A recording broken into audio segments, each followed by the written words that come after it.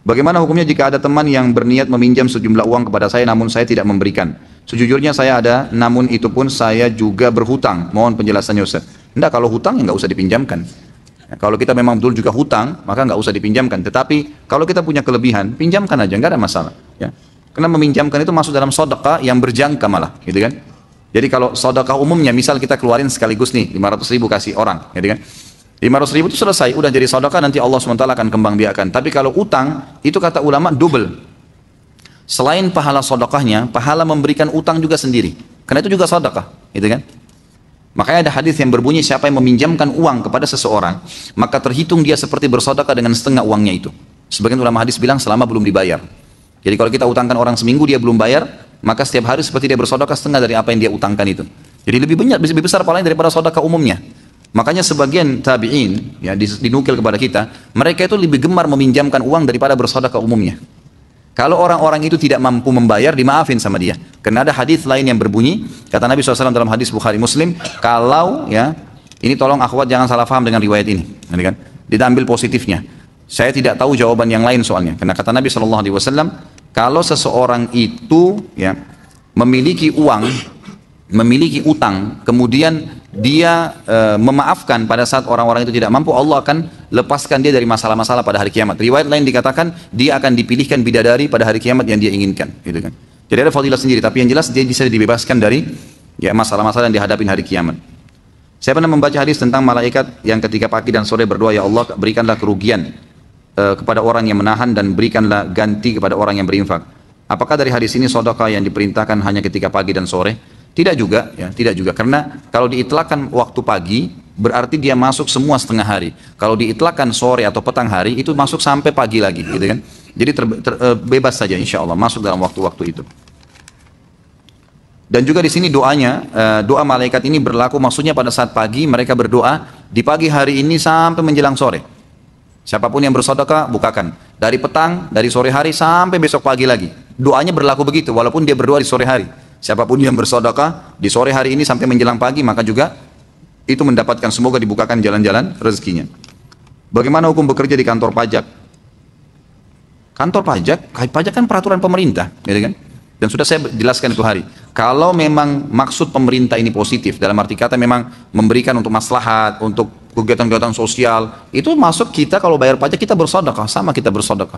Dan sedekah kepada pemerintah, itu kalau memang pemerintah menjalankan benar, tepat, itu pahalanya juga besar. Karena kegiatan-kegiatan sosial mungkin yang kita tidak bisa jangkau, seperti pembuatan jalan layang misalnya, atau proyek pemberantasan kemiskinan, dengan pengadaan rumah-rumah misalnya, itu mungkin kita tidak bisa mampu ke situ, tapi dengan kita menggabungkan, maka otomatis kita dapat pahala.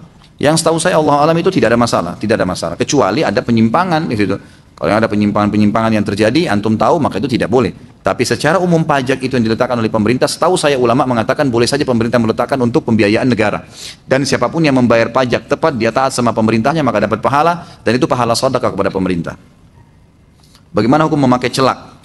Boleh saja celak, laki-laki dan perempuan dibolehkan, tidak ada masalah. Tetapi bagi perempuan dianjurkan ya untuk memakai di tempat-tempat yang tidak menjadi fitnah, karena celak itu kan malah membuat mata kelihatan lebih terang, lebih baik, lebih terbentuk, gitu kan. Maka ini sebaiknya dijauhi kalau di tempat-tempat umum. Tapi kalau laki-laki itu boleh di tempat umum pun, karena Nabi SAW salah satu ciri beliau yang sering diceritakan oleh para sahabat kalau bertemu dengan Nabi SAW itu di matanya ada celak. Dan ada jenis celak yang dianjurkan untuk dipakai, itu namanya ithmit, ya. Alif, ta, mim, dal, ithmit. Jadi kalau salah seorang di antara antum lagi umrah, di Indonesia juga sebenarnya ada, tapi tidak semua tempat jual. Saya kemarin untuk umrah sempat beli dan saya letakkan di toko saya. Itu memang tidak banyak, karena belum banyak orang kenal. Tapi memang ada hadis Bukhari berbunyi, ithmit itu menguatkan pandangan mata dan menumbuhkan bulu mata. Itu dianjurkan untuk dipakai memang. Dan itu ada dua macam, ada yang panas, ada yang dingin. Jadi kalau antum beli, sampai beli pun tanya aja. Kalau nggak ngerti bahasa Arab, bahasa Arab itu panas har. Ya, kalau dingin itu barid. Ya, biasanya ditulis tuh, kalau ngerti bahasa Arab ditulis har atau barid. Yang panas har itu biasanya dipakai di musim dingin, gitu kan? Karena kalau dipakai mata kita memang kayak agak pedes, gitu kan? Biasanya agak perih. Nah, kalau yang dingin biasanya dipakai di musim panas. Memang dia membuat kelopak mata dingin. Kadang-kadang saya sering pakai dan itu positif saja, bagus, gitu kan? Itu termasuk sunnah Nabi SAW. Apakah harus melepaskan pekerjaan yang sudah ada, pekerjaan ada keharaman, sedangkan dia belum punya pekerjaan halal yang lain dan masih punya utang di bank cukup besar? Bagaimana caranya? Subhanallah, ini butuh keyakinan. Kata Nabi SAW dalam hadis Bukhari, man taraka syai'an lillah abdalahu khairan min. Siapa yang meninggalkan sesuatu karena Allah, Allah akan gantikan yang lebih baik. Jadi memang jangan antum tunggu, kalau tahu itu haram, kemudian antum tunggu sampai dapat pekerjaan, sampai kapan nih? Kalau kita meninggal sebelum dapat pekerjaan halal gimana? Gitu kan? Konsekuensi nggak boleh. Nanti saya berzina aja dulu deh, sampai saya dapat istri. Langsung paham kalau gini ya. Nggak bisa, harus tinggalin. Dosa ditinggalin, sambil cari yang halal gitu kan. Jadi harus begitu. Dalam satu riwayat, Ustadz menceritakan faedah bersedekah sepertiga pendapatan. Bagaimana kalau jumlah gaji yang diterima masih belum mencukupi kebutuhan? Bolehkah diganti menjadi seperempat? Boleh saja. Jadi di sini ada hadis Nabi SAW yang berbunyi, mulailah bersedekah untuk dirimu sendiri. Kata Nabi SAW ya, artinya pendapatan kita itu prioritaskan kebutuhan kita yang mendesak ya. Kita butuh makan misalnya sepiring, kita butuh beli baju satu, mungkin transportasi, kita butuh biaya kita. Lalu keluargamu, lalu yang lebih sedekahkanlah secara umum. Jadi orang yang pas-pasan memang tidak apa-apa kalau dia tidak sedekah itu. Atau mungkin dia masih mau memperkecil dulu jumlahnya, itu nggak ada masalah. Insya Allah nggak masalah. Ustaz, saya mau KPR di bank dan saya takut ada ribanya. Bagaimana caranya? Karena saya saya mau bertobat dan dari dosa riba. Mohon nasihatnya. Kalau tidak KPR rumah sekarang atau kendaraan, masalahnya apa? Ini pertanyaan balik ya. Jadi misalnya gini, kalau kita masih bisa ngontrak, masih bisa sewa, ngontrak, kemampuan kita memang itu. Jangan paksakan, jangan lewatin kapasitas kita dulu. Sambil kita mengatur strategi ke depan, mudah-mudahan Allah Subhanahu wa taala bukakan rezeki, gitu kan? Karena kalau sesuatu sudah diplanningkan, itu nanti insya Allah akan ada hasilnya. Gitu. Baru kita lakukan. Saya pernah jelaskan ke salah satu ibu di pengajian di Kelapa Gading. Waktu itu dia bilang, Ustaz, saya kalau tidak KPR rumah, maka saya tidak akan pernah punya rumah. Saya bilang, itu perkataan ibu. Kenapa kok harus dipatok seperti itu? Kan bisa kita balik statement itu, selama saya belum bisa beli rumah, maka saya kontrak dulu. Memang kenapa kalau kontrak 5 tahun, 10, ada orang kontrak 5 tahun, 10 tahun, setelah dia mampu baru dia bayar. Bisa saja, contoh ya. Atau memang paling tidak, dia mungkin bisa lari ke KPR yang melalui perbankan syariah yang dia pastikan akadnya. Saya juga terus terang belum tahu seperti akad 100% masalah perbankan, karena mungkin perbankan syariah punya akad masing-masing gitu kan. Jadi dipelajari akad-akadnya, kemudian kalau akad sesuai dengan syariat boleh antum KPR ke situ. Tapi kalau tidak, saran saya jangan tergesa-gesa melampaui kapasitas kita, karena biasanya membuat utang ada, kita terlilit utang ya. Atau misalnya kita jadi mendatangkan beban hidup yang semestinya tidak ada, itu karena mau melampaui kapasitas kita. Yang itu, memaksakan diri. Akhirnya banyak orang terlalu banyak KPR-nya, terlalu banyak cicilannya. Waktu dia meninggal, tidak sempat dibayar, disita, semuanya akhirnya menjadi pembayaran utang, akhirnya keluar anak-anak dan istrinya, umumnya ya, itu tidak dapat warisan. Umumnya mereka begitu, waktu hidup luar biasa, mobilnya mewah, rumahnya mewah, habis itu habis mau diambil oleh bank-bank itu kan, disita semuanya. Akhirnya anak-anak nggak dapat warisan. Untuk apa? Melampaui kapasitas kita. Nikmatin proses hidup itu. Sabar, nikmatin, insya Allah akan ada jalannya. Tapi tidak mungkin orang yang berusaha, orang yang berdoa ikhtiar Allah nggak bukain. Itu banyak sekali fakta lapangan sudah dibukain oleh Allah SWT. Ustaz, kalau ibadah yang tidak dituntunkan atau diajarkan Rasulullah SAW, apakah boleh diamalkan pada apa ini? Apa ini? Kegiatan baik mungkin maksudnya. Seperti apa dulu? Saya tidak tahu ini. Kalau misalnya yang dimaksud, jadi gini, ada beberapa perbuatan-perbuatan yang kalau memang dia tidak bertolak belakang dengan hukum Allah Azza wa Jalla, seperti misalnya kanun wadi'i namanya, peraturan pemerintah setempat, kayak rambu-rambu lalu lintas, kemudian KTP, paspor, dan ijazah, akte lahir. Ini kan tidak ada hadisnya, nggak ada dalam Al-Quran dan dalam Sunnah. Tapi ini peraturan-peraturan pemerintah setempat yang dianggap bertemu di sisi syar'i, bertemu dengan syariat kita di sisi maslahatnya. Dia tidak haram, tidak ada haramnya, tapi malah bertemu di sisi maslahat, karena syariat itu diturunkan oleh Allah SWT untuk maslahat, gitu kan? Jadi kalau ini ada maslahatnya maka kita boleh. Kalau ini yang dimaksud maka tidak ada masalah. Ini insya Allah tidak ada masalah. Tetapi kalau yang lain, amalan-amalan dalam ibadah, kemudian kita mau buat untuk apa? Sedangkan yang ada sunnahnya saja banyak, gitu kan? Itu pun kadang-kadang masih kececeran. Ini ikhwah yang sudah paham ada zikir pagi sore. Tiap hari on time zikir pagi sorenya, saya tanya. Hah? Masih hidup nggak ini? Hah? Kok nggak ada yang jawab? Zikir pagi sore, kadang-kadang saya sudah coba rutinkan jaga. Subhanallah, nanti deh saya di perjalanan. Sementara di perjalanan saya lagi ada yang telepon, saya telepon, terlewatkan. Ada yang beberapa zikir yang belum sempat saya baca. Padahal kita sudah tahu tuh hukumnya. Saya pribadi punya pengalaman kadang-kadang terlewatkan tuh, gitu kan? Yang sudah ada sunnahnya saja kadang-kadang kita masih terbengkalai. Kenapa mau cari yang tidak ada sunnahnya? Jadi lebih baik fokus yang sudah ada perintahnya. Jelas-jelas janjinya Allah di situ.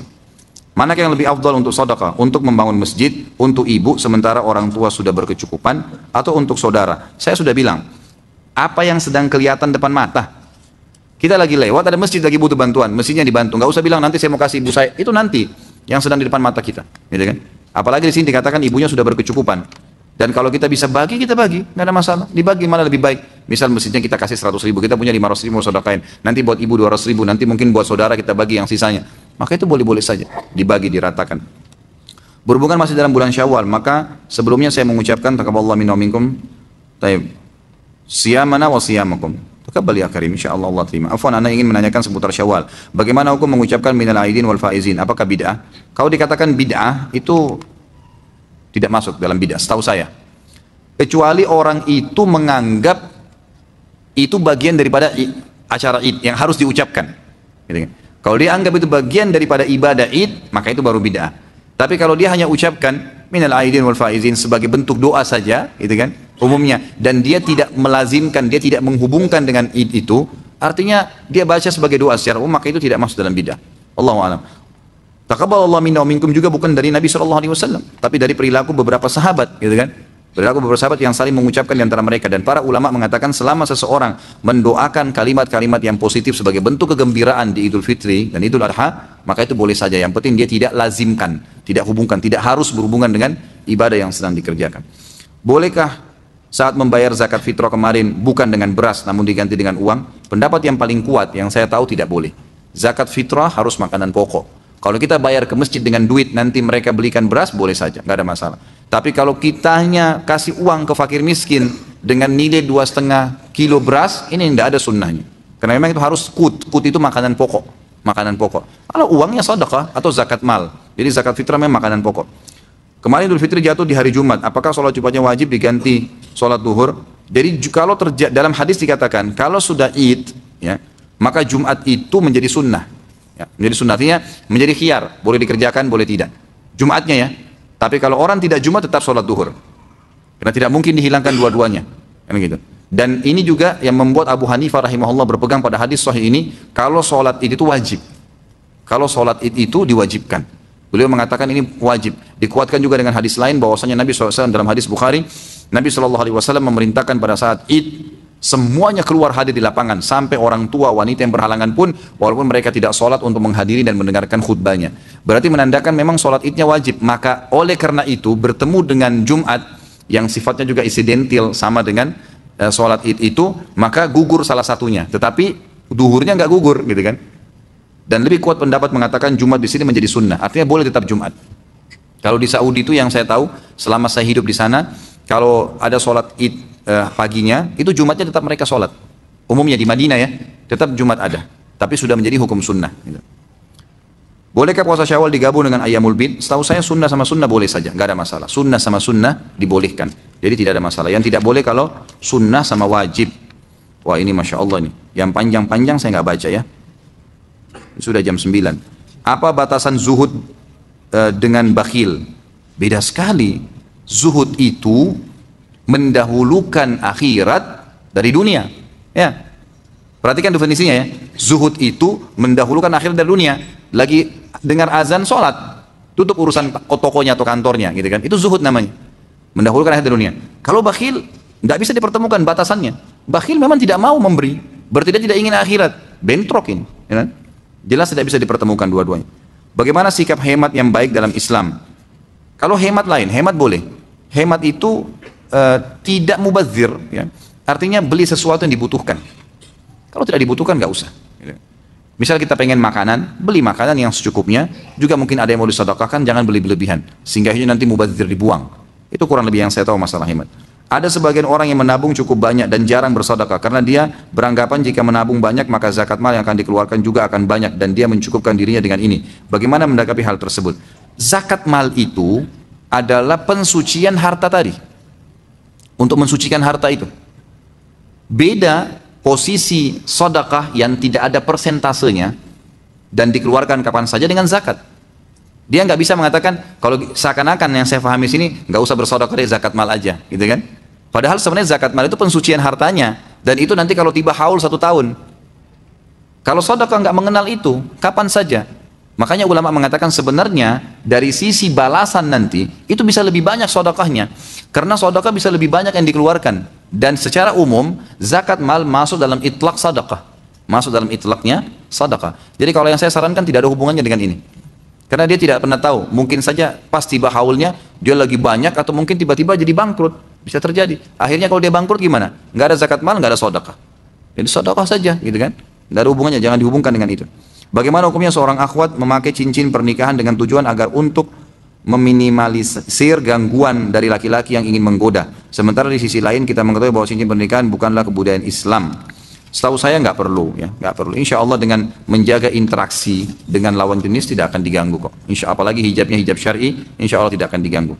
Yang terakhir, bagaimana hukumnya apabila seseorang yang melakukan suatu dosa yang harus dikenakan hukum had untuk taubat, sementara dia tidak dikenai hukum had karena pemerintah setempat memang tidak memperlakukan hukum had. Apakah taubatnya diterima? Bagaimana kondisinya di akhirat nanti? Kalau sudah taubat diterima insya Allah. Kalau sudah taubat diterima walaupun tidak ada hukum had.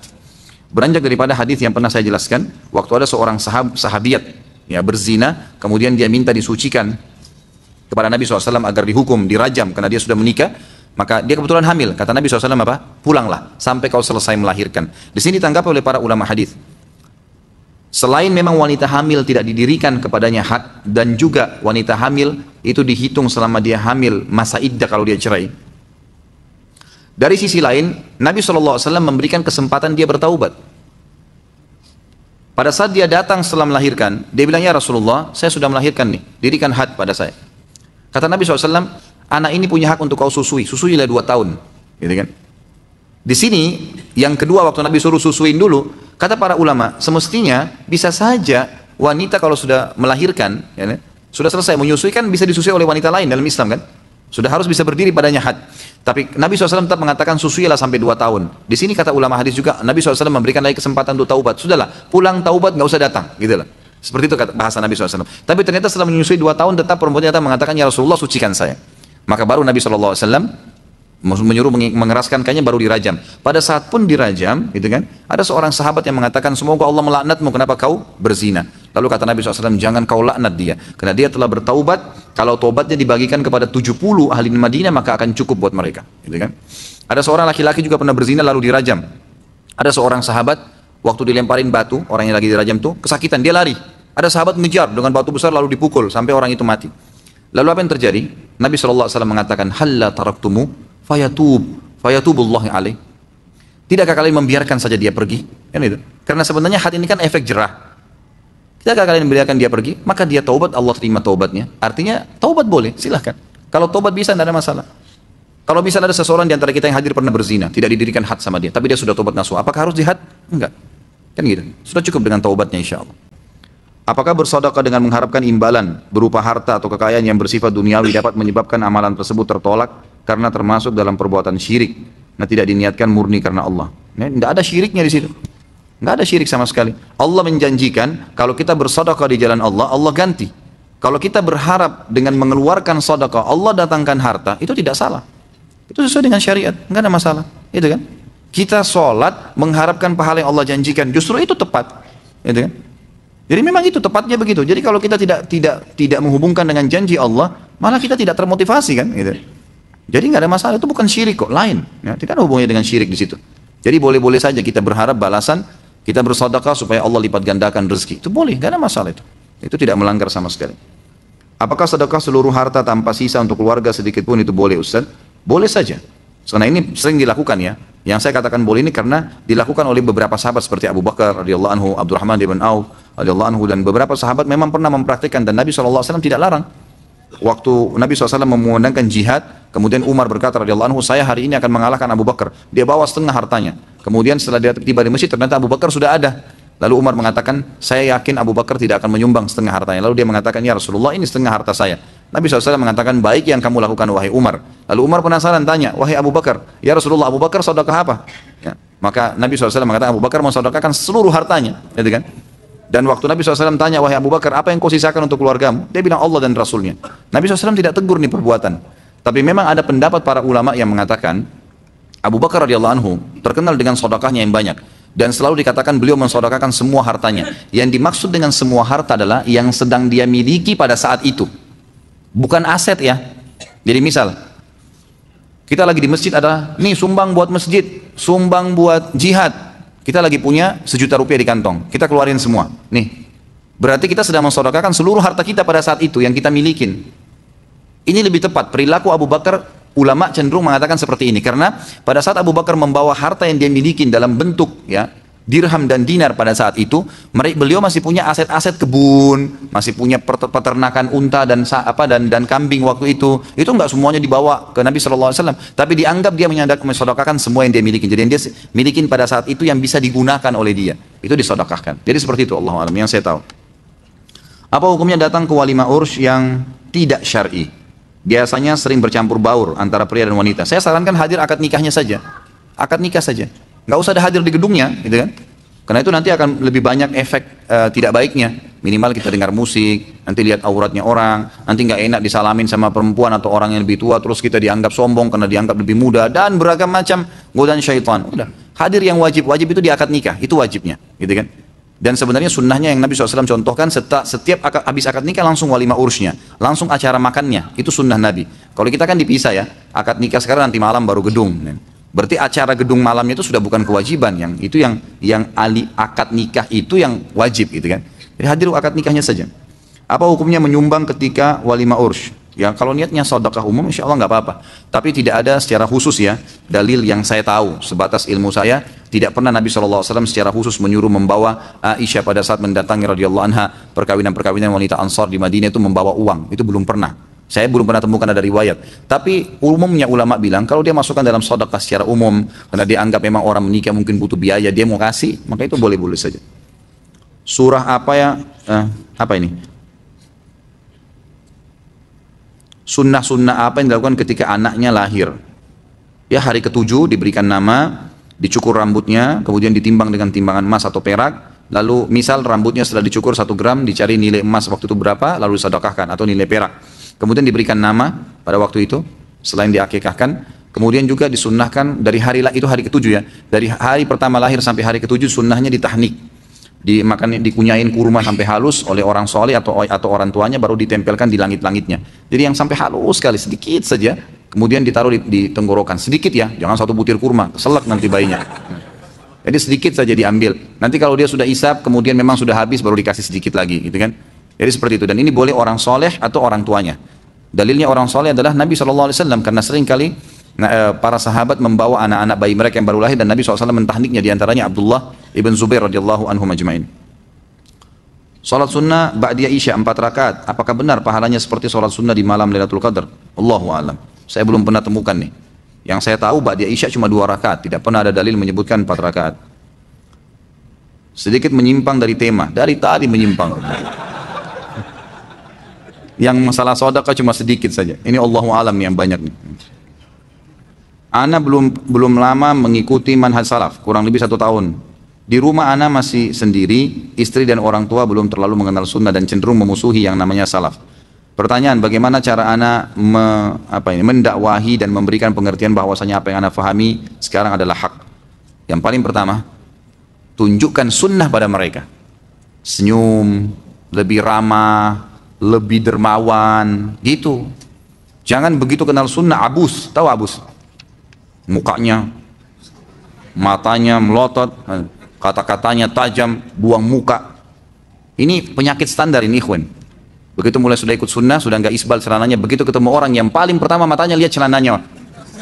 Isbal nggak? Begitu isbal ahli nar. Nggak mau ngomong, nggak mau senyum. Dari mana ini akhi? Dari mana? Akhwat kita begitu. Begitu diberi salam oleh tetangganya ibu, wah jilbab gaul. Jilbabnya yang pertama dilihat, karena belum jilbab syari. Malah senyum, ada tamu datang, assalamualaikum, waalaikumsalam, lebih ramah, salaman, beli orang minuman, makanan. Saya pernah kasih saran, diundang perbuatan bid'ah nih. Ini ada undangan, banyak ikhwan dan akhwat kita, sampai ada yang ngaku sama saya itu. Dia tutup pintunya supaya tetangganya pikir dia tidak ada. Tujuannya supaya nggak diundang di acara bid'ah, gitu kan. Untuk apa nih? Jadi kalau tetangganya faham seperti apa yang dia mau memang, dianggap dia keluar, datang nggak lagi besok? Datang lagi, tahun depan diundang lagi nggak? Diundang lagi. Kenapa buka? Assalamualaikum, waalaikumsalam, orang datang senyum, langsung senyum. Oh silakan bu, masuk, silakan pak, masuk, duduk, salaman. Setelah duduk, salamannya laki-laki sama laki-laki, perempuan sama perempuan. Setelah duduk, gitu kan, berikan dulu minuman, tanya kabarnya, nggak usah langsung to the point. tunjukkan sunnah Nabi SAW. Dalam hadis Bukhari, siapa yang mengaku beriman kepada Allah dan hari akhir, dia harus apa? Mengikram tamunya. Tahu ikram itu apa? Ikram itu senyum, ramah, hidangkan makanan, minuman, selalu begitu.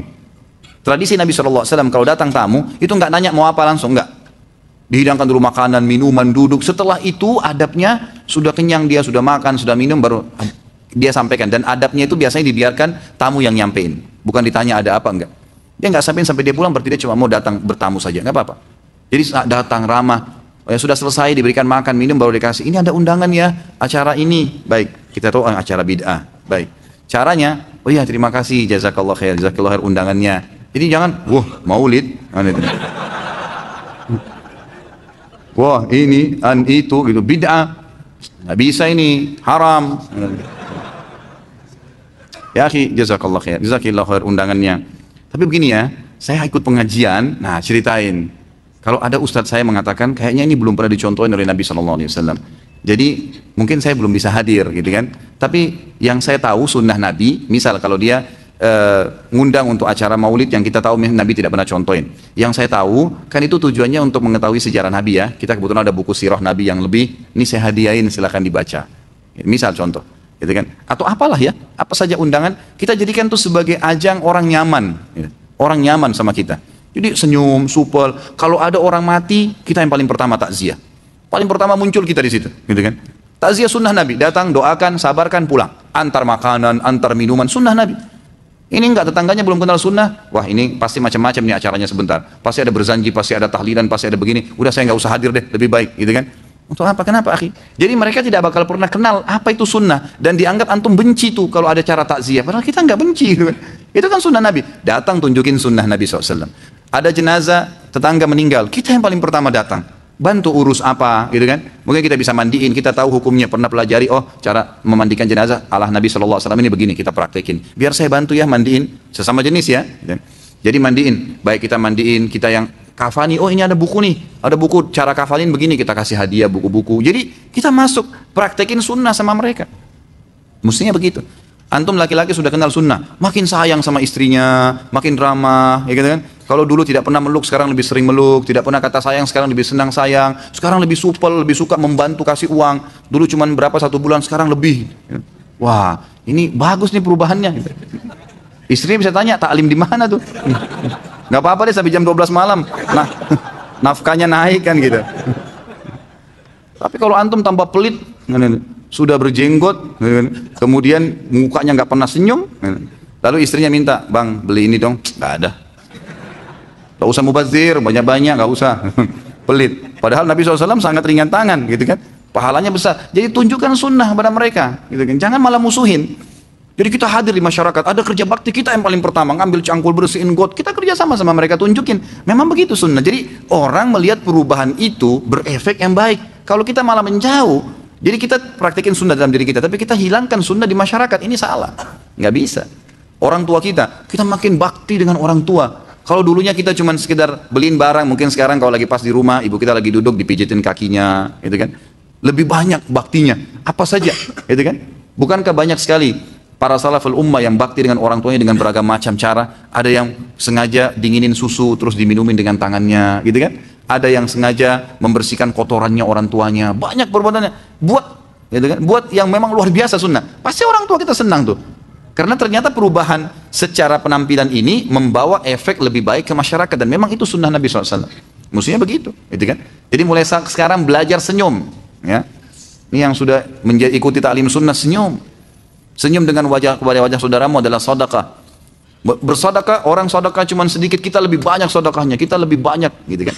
Sebarin buku-buku, bagi Al-Quran, masjid dekat rumah, mau dibantu, kita yang lebih banyak membantu, seterusnya, gitu kan? Maka itu insya Allah akan lebih menjadi asas dakwah yang lebih tepat, gitu.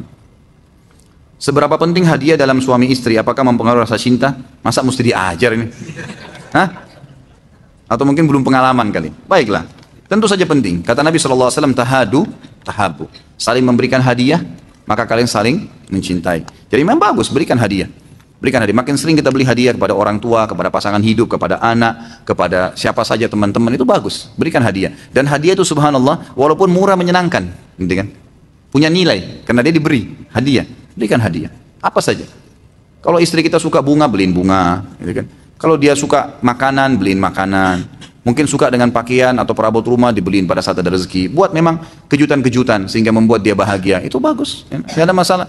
Seorang istri juga begitu, pada saat diberikan uang sama suaminya beli baju, selain beli bajunya dia, juga dibeliin satu buat suaminya. Jangan lemarinya sendiri yang penuh, gitu kan.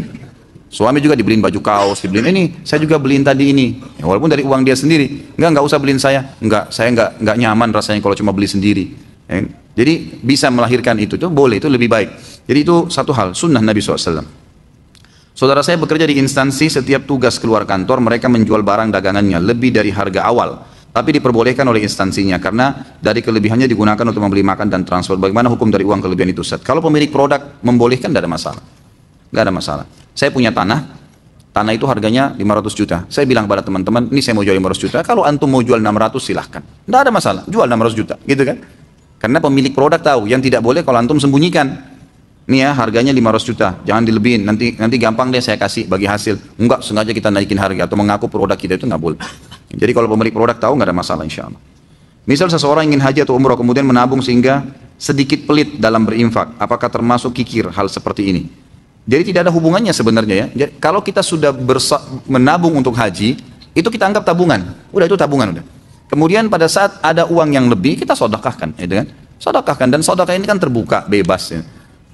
Sesuai dengan kemampuan. Berapa kemampuan kita kasih saja. Insya Allah akan ada gantinya dari Allah Subhanahu Wa Taala. Benarkah ada riwayat yang mengatakan Nabi SAW punya tabungan untuk kebutuhan 1 tahun? Allahu a'lam. Saya nggak tahu kalau soal itu. Saya belum pernah tahu. Yang saya tahu riwayat Bukhari pernah diceritakan rumah Nabi SAW. Kata Urwah bin Zubair. Ini keponakannya Aisyah radhiyallahu anha.